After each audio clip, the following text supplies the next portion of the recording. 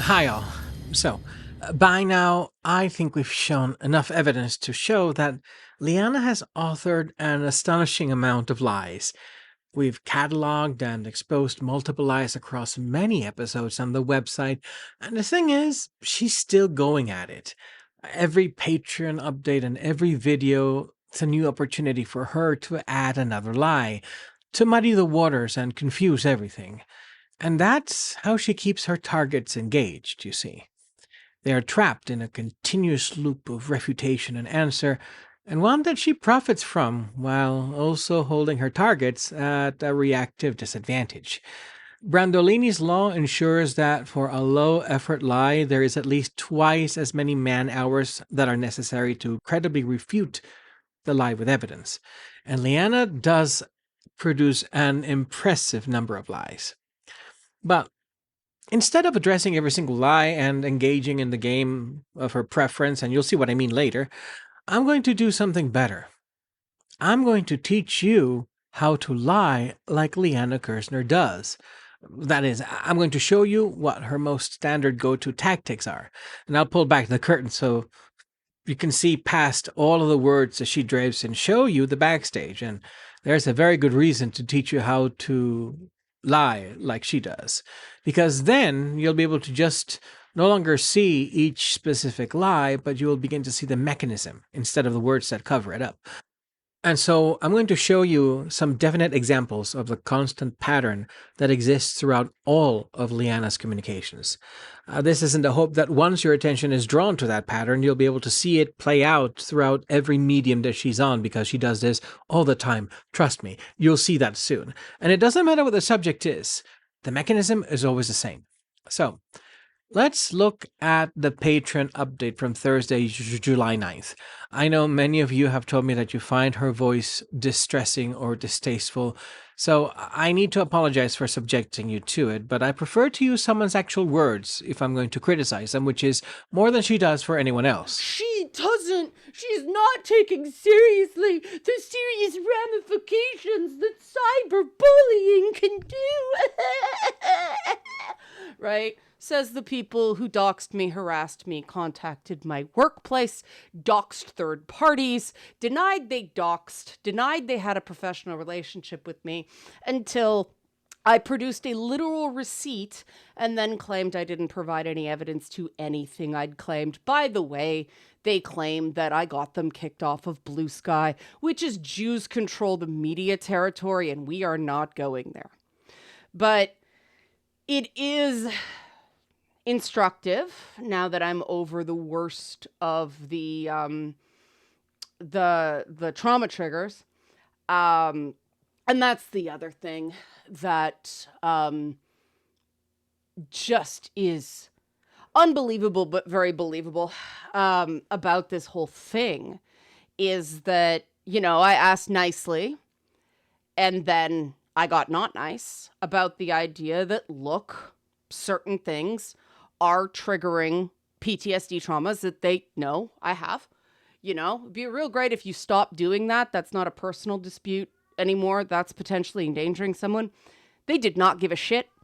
4 days before, I allegedly deliberately harmed them by referencing that particular Sunday was Father's Day.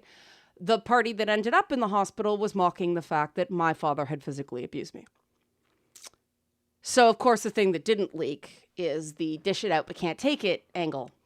Yeah, this is not in good faith. This is not well-meaning people thinking I am legitimately dangerous. This is revenge because I don't want to talk to them anymore. That's the only thing that makes sense. Yes, that's an assumption.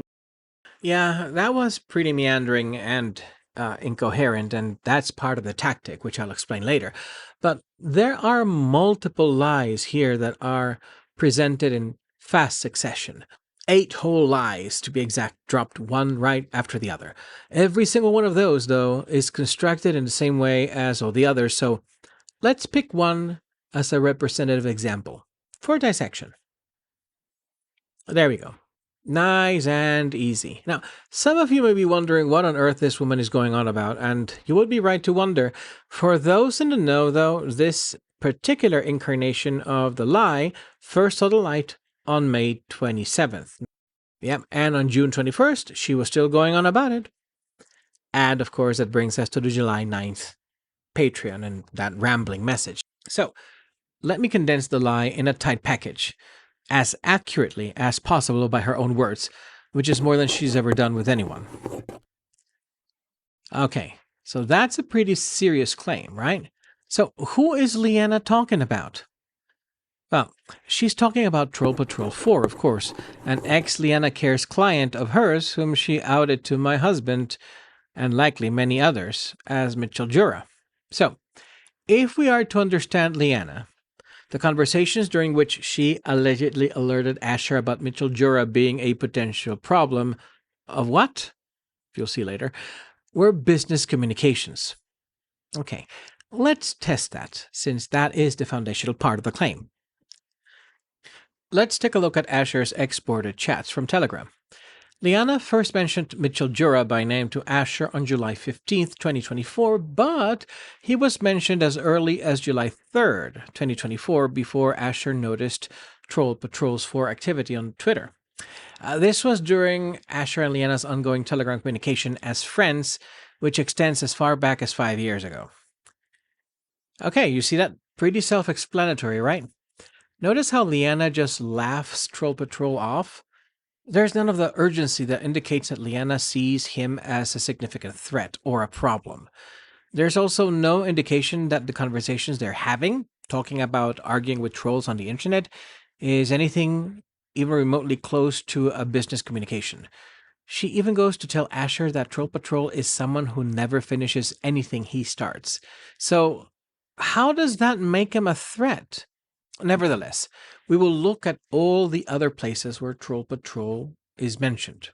On July 13th, Liana even goes so far to say that paying attention to him isn't even worth her time.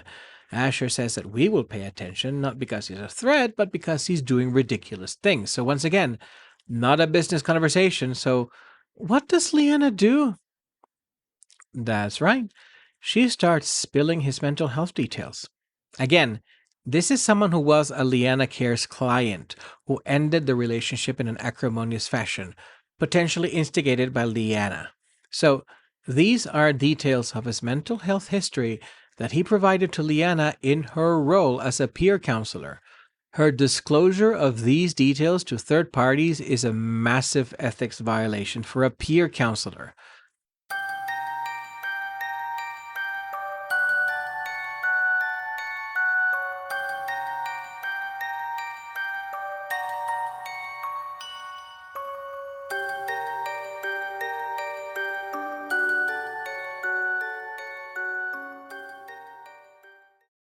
Surely, though, she must have been concerned about what effect Jura could have had on her, and that threat he could pose to her, right?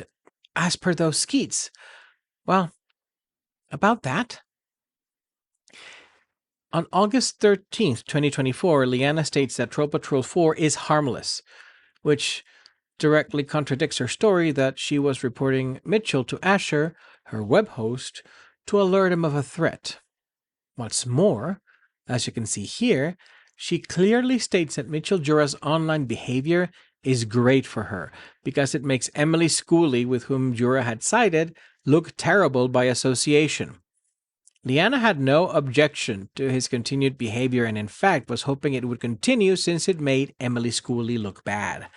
So, the claim that she was reporting Jura due to concerns about him to her website? False. By her own words, Mitchell Jura was harmless. The claim that she brought Jura up as a part of a business communication with Asher? You can easily see that every time Jura was brought up, Asher and Liana were having a casual conversation and very much in the registry of friendship. There was never a professional tone surrounding the topic, and at no point did Liana break the flow and establish a new mode in which professional boundaries were in place. So, the claim that this was a business communication and therefore protected under professional confidentiality is completely false. Furthermore, the claim is also nonsensical because Novelty Factor, the company, did not handle any of Liana's security or mail screening. Liana's contract with Novelty Factor was limited to hosting, and the company has plenty of resources and defenses to fend off attacks at the hosting level. As the company didn't handle her security, since she handled all her incoming mail and submission forms, and we only provided hosting space, there was no credible business reason for her to notify Novelty Factor of Mitchell Jura. So that claim also doesn't make any sense. So let's recap. The only person who doxed anything here was Liana Kerzner, when she disclosed personal mental health details about her ex-client in a clear breach of ethics. And the casual way in which she did it indicates this is far from an isolated incident. The other half of the lie is very easy to dissect.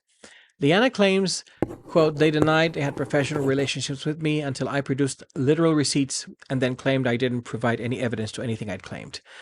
This is again a lie. We never have denied we had professional relationships with Liana Kerzner. Otherwise, claimed on the Boss Fight Game website, which was published on April of 2026, wouldn't be dedicated to extensively refuting the inaccurate claims regarding the alleged suspension of her lifetime hosting plan from Novelty Factor, which was never actually suspended. So why would there be copious evidence establishing what actually were the boundaries of the professional relationship and what wasn't covered under the contract if we were going to deny it? That's because we didn't deny it. What we denied was that Liana's communications to Asher about Mitchell Jura were part of some confidential business communication. Liana proceeded to then turn that into us denying we had professional relationships. You can see how outrageous that is? So now that I've shown you the lie and how bold-faced audacious it is, let me give you a walkthrough of how you create a lie like this. Essentially, how to be a liar like Liana Kerzner. So, you take an event or an action that has come to the surface and doesn't make you look good at all. You remember, if you go back to the episode where I revealed this, that Jura revealed a lot of communications that were red flags about Liana as a peer counselor, in retrospect. So, the event could read something like this. Liana Kerzner disclosed an ex-Liana Kerz client mental health history to her friend because the ex-client published her unprofessional behavior on social media. Okay, so that looks pretty bad. So the next step in the process is to strip the event of its most damnable content and then render it as generic as possible. Like that. Now, in order to draw attention away from you, the source of the action, you need to reframe the situation so that the other party is somehow responsible for the event or guilty for having revealed it. So, for example, since Asher was the sole proprietor of the hosting company that provided hosting for Liana, she simply did this. So what did this accomplish? Well, for starters, under this framing, it's a business communication and not a personal communication. Liana has opened the avenue for her ethics violation to be recast as something valid and which was done for a valid reason. Well, what reason could that be? Well, let's change this. There we go. And just like that, in just a few steps, Asher becomes the monster because he dared to disclose a business communication Liana had entrusted him with that she was corroded with concern. Except, of course, as I have proven, none of that was actually true. This, incidentally, is Darvo. Each step along the way can be found in the way that Liana Kerzner manipulates and manufactures her lies. Deny. The perpetrator denies that the wrongdoing or abusive event even occurred, or they minimize its impact to the point of gaslighting the victim. And then comes the attack. The perpetrator shifts focus to discredit the person who confronted them, often attacking their credibility, character, or mental stability. And then reverse victim and offender. The perpetrator flips the script so that they assume the role of the victim while portraying the actual victim as the true aggressor. Because Liana consistently strips everything of all relevant context and never presents actual evidence, everything is reduced to her vague descriptions of events where she is always somehow the victim. But let me show you another example of her lie construction at work. I've shown you the basis of it. In that skeet storm, she mentions this. So this is about Song Eriksson. Let me reference what she's actually talking about. Merryjest exposed Liana Kerzner discussing and mocking an ex-Liana Kerz client's trauma to her Discord server. She's talking about the fact that in January of 2025, Liana repeatedly mocked and ridiculed Song Eriksson, with the help of Eileen and other members of her community, on Discord, and went so far as to imply that Song's trauma at being in an abusive environment at home was manufactured for pity. So, how is Liana gonna get out of this one? Well, by actually making up half-truths. So she makes this claim. What Liana is referring to here is that I was a member of the Bubbleheads, moderators in the It's Not Therapy Discord that took part in a few group chats. This was not a long-lived idea, in fact, because the Bubbleheads brand was the idea of a person Liana identifies as Moy Moy. He's a young gay Mexican man by the name of Moises, and Liana was enamored with Moises and went so far as to tell Asher, when we were in Arkansas in 2023, that Moises was a wise old soul. However, a year later, her opinion of Moises, well, let's take a look.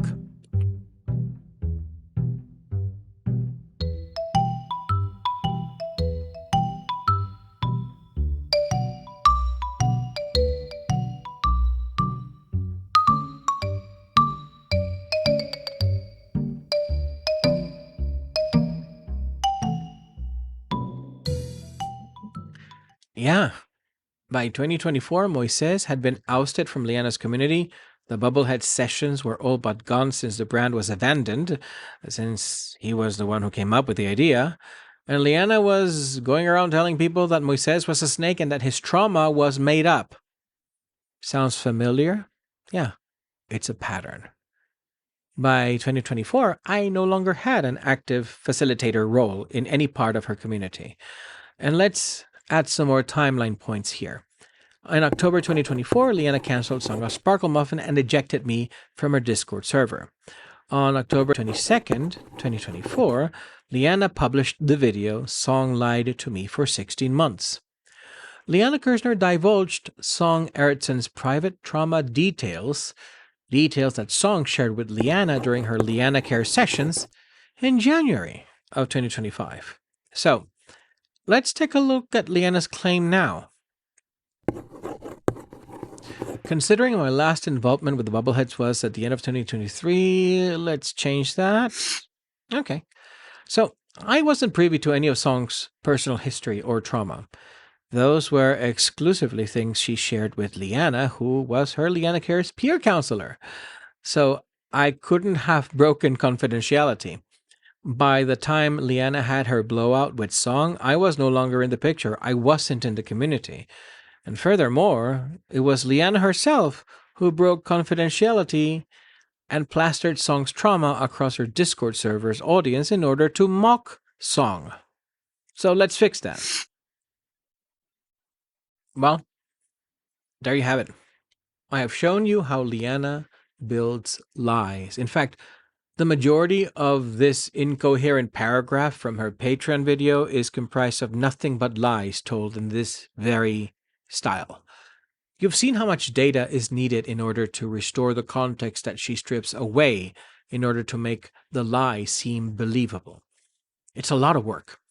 If you take that into consideration, perhaps now you will see why the evidence over at Boss Fight Game is so large.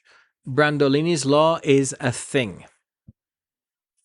But this diarrhea of falsehoods, this flooding of the zone, is something that Liana does with alarming frequency, and it's yet again something she shares in common with Donald Trump. There are so many lies coming constantly, so fast, and with so much vagueness and insinuation thrown around that it takes serious work, a good memory, and access to information in order to identify the lie. then to find the data about the event that she's lying about, and then put the evidence together and present the proof. And the majority of her targets usually fall into a pattern of open public feuding, engaging in an open duel, a back and forth, and that is what she wants.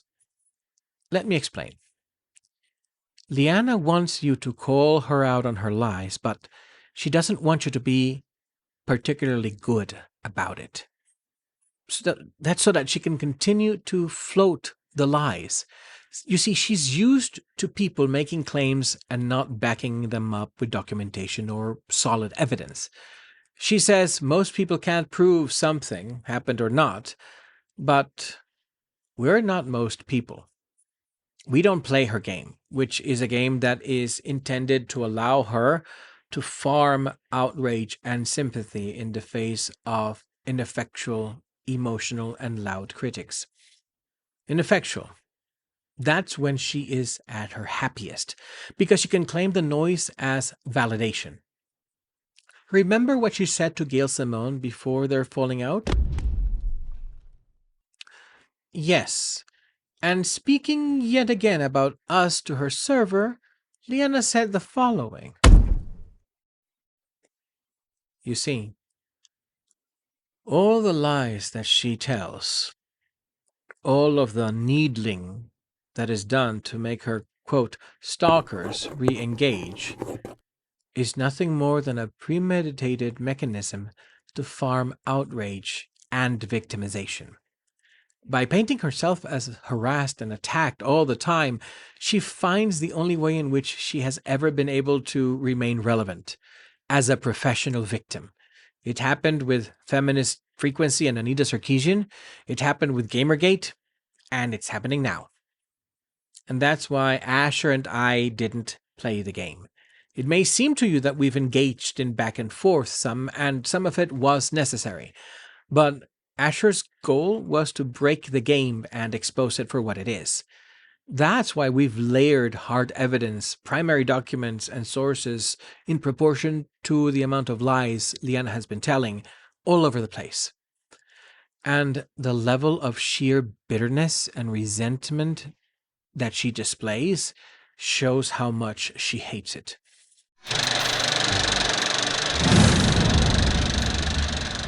Of course, he goes on the internet. She hurt me. She mental health stigma. She this, she that. And I made her. She's mad. She just has a temper. Send people emails in the middle of the night, tantrum, and abuse their online forum, tantrum. Why isn't the tantrum working? I'm gonna throw another tantrum. I'm not throwing a tantrum. How dare you say I'm throwing a tantrum? I'm gonna have another tantrum until you give me what I want. That is what adults do. And do I think that man's normal?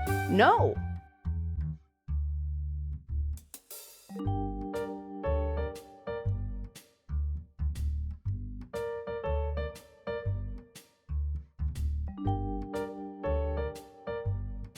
But the stupid motherfuckers took the bait and shat the bed. She's not taking seriously the serious ramifications that cyberbullying can do.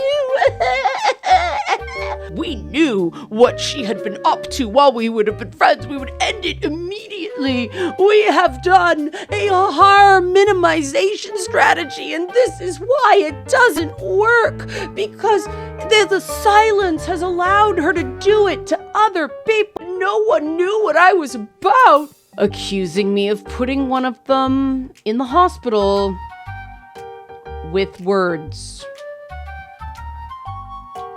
Not even gonna touch that one. It's so absurd and unaccountable. And these are people, yes, officer, I understand I have mental health problems, when the cop's right there. Oh, poor, yes, I'm in therapy. Yes, I know I have problems. I'm struggling. Go freaking crazy. How dare she on the internet the minute the cop's back is turned. You are harming me. She's cruel. She's harmful. Yeah.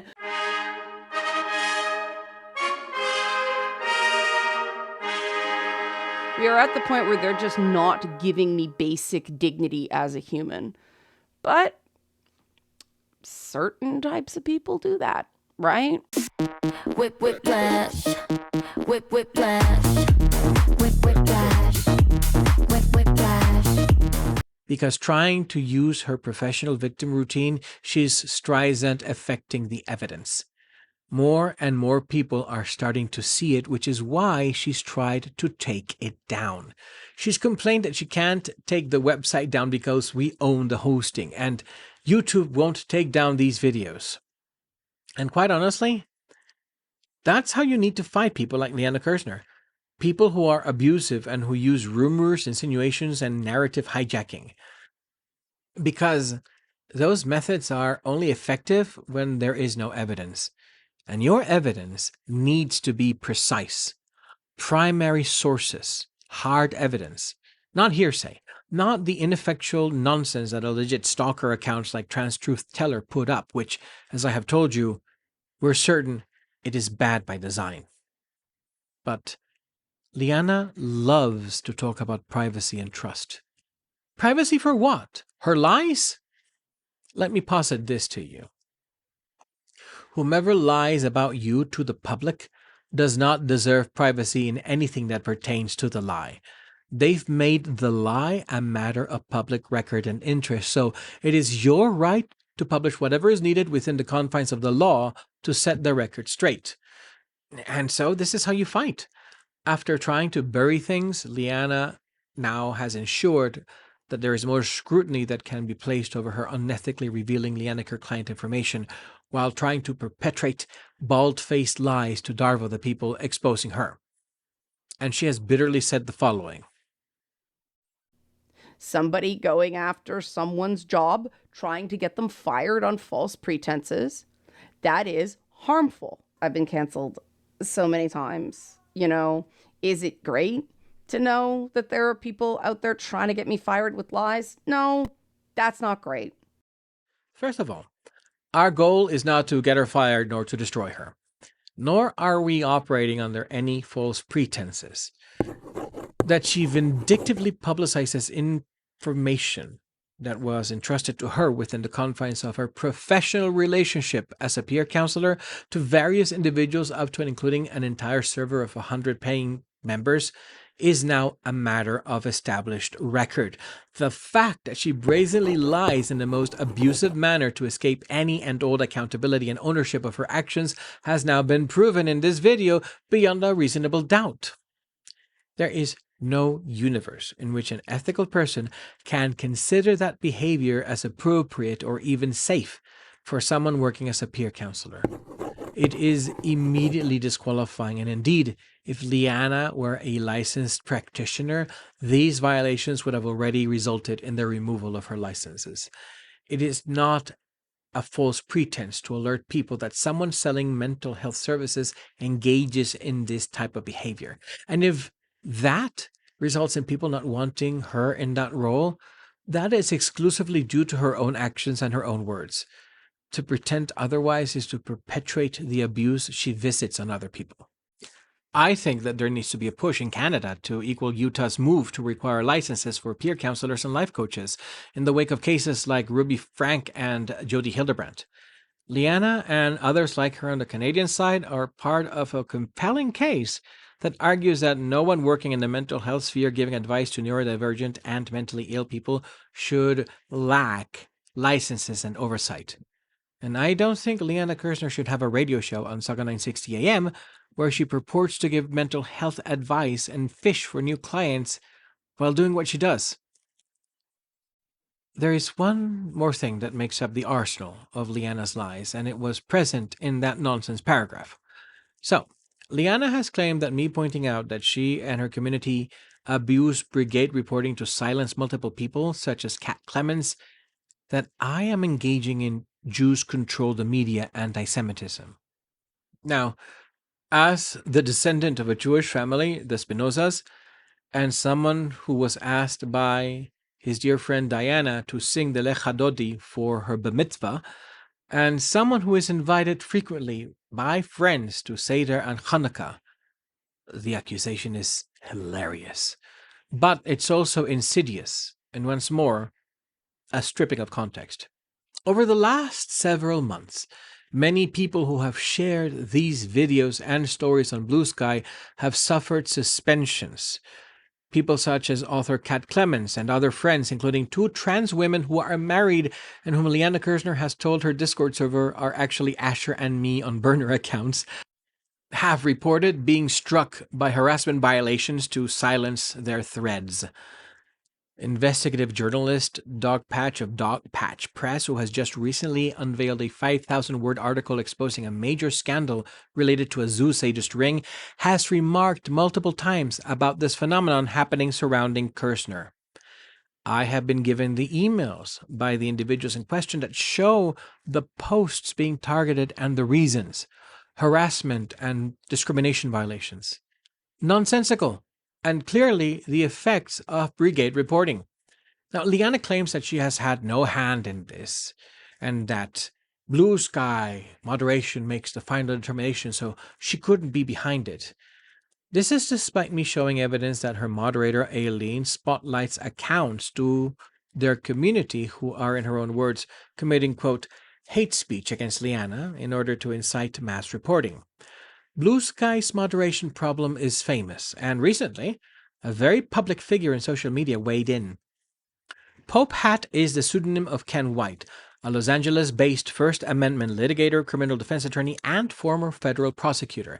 He is famous on social media for his law-oriented blog and his incisive social media commentary where he champions free speech, civil liberties, and criminal justice reform. He was recently suspended on Blue Sky and had this to say about it. First, I'll repeat what I've said many times. Blue Sky and other social media platforms can suspend or ban whomever they want for whatever reason they want. Blue Sky's moderation policies are an expression of its free speech and free association right, as surely as my decision what to post there or whom to block there. I may think their expressive choices are stupid, but I think a lot of people's expressive choices are stupid, and so do you. It's their right. Second, I have no idea whether this suspension represented a human being's decision. Blue Sky uses automated moderation because it has to. Blue Sky couldn't use human moderation without charging everyone a ludicrous amount to post on Blue Sky. I firmly agree with Mike Masnick's long-standing rule that good content moderation is impossible to do at scale. A number of twerps and anti-Trump mediocrities pretended to be exercised over the post. There's a good chance that some sort of mass report campaign resulted in an auto suspension almost 2 weeks after the fact. I submitted an appeal, which may also have been evaluated by machines, or maybe not. It really doesn't matter. Either humans decided on the suspension or decided not to lift it, or decided to create the system that imposed it automatically. Third, I'm not a victim. Don't cry for me, Blue Sky. I said what I said deliberately, knowing the risks. I will miss the parasocial relationships with many cool people, but some of those will be rebuilt elsewhere. It's social media, not life. Moreover, I'm fortunate. I have lots of channels to express myself. I'm in a far better position than the average Blue Sky user who gets banned for lashing out, most often lashing out at transphobia or racism or other stuff. Blue Sky has a moderation mindset, or at least a moderation AI, that views some rando saying the world would be a better place if Elon Musk were not in it as being far worse than Elon Musk and people like him encouraging violence and pogroms. I knew what I was getting into. So, here we have Ken White echoing essentially what I and others have been saying for more than a year. Blue Sky's moderation is easily abused, automated in such a way that it ensures it will be easily weaponized, especially for people who can mobilize a sizable enough audience. And all evidence points to Liana and her community ensuring that the evidence of her abuse is silenced on Blue Sky. But she conveniently turns it into an attack that happens not because she's a craven coward, but because she's Jewish. That's what Liana does. She strips the details of an event and then self-tokenizes herself so that it's not about what she does, but about what she is, and therefore she never has to address her actions. She will reach for her status as a woman, as Jewish, or even hilariously as a ginger, so that she pretends you're attacking an identity instead of her actions. And we allegedly are doing this because we're angry she won't talk to us anymore, which is once again her lying about what our actual motives are, and an incredibly narcissistic thing to say. Because let me tell you, I am absolutely broken up by the fact that the lesser known spouse of Ed the Sock doesn't talk to me anymore and bestow her mediocre personality upon us. Because that is more believable than us taking objection to the facts that Liana Kerzner has publicly lied about and been abusive to my husband, lied about the cancellation of Song of Sparkle Muffin, about the handling of the Kickstarter funds, or the fact that Liana divulges private details about her Liana Care clients to third parties anytime she feels vindictive towards them, and then lies to cover it all up. And now that you know how she assembles the lies, now you know how to destroy them. I see very little need to answer to any nonsense she's going to spew henceforth directly. Unless something changes, it will be a rehash of or recombination of her old lies. She will try new coats of paint.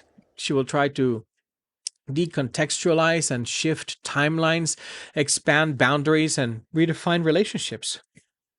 But she will offer absolutely zero proof of any of this.